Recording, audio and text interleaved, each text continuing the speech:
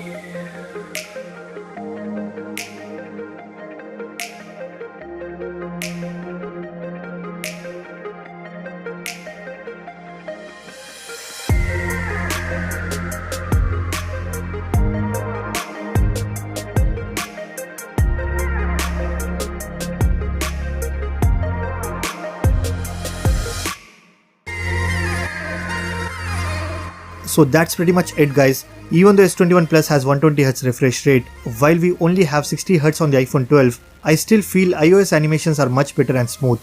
Don't get me wrong, Samsung is doing a great job in Android world and they are trying to improve the animations with every One UI update. But still iOS is quite better when it comes to animations. So that's it for this video. If you guys like this video, then be sure to hit that like button, subscribe to this channel if you haven't already. I am Mr. Android and I will see you guys in the next one.